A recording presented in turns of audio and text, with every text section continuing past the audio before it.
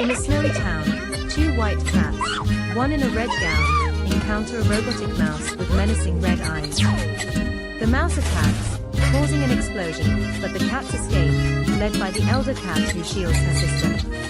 They meet a hopeful Pikachu, whose electric powers guide them through the frozen landscape. Together, they find a Pokeball, which Pikachu reactivates, giving them hope. As the new year begins, they launch the Pokeball with fireworks, spreading joy. The tale of their bravery, friendship, and love as a legacy in the snow, told by two white cats and a yellow Pikachu.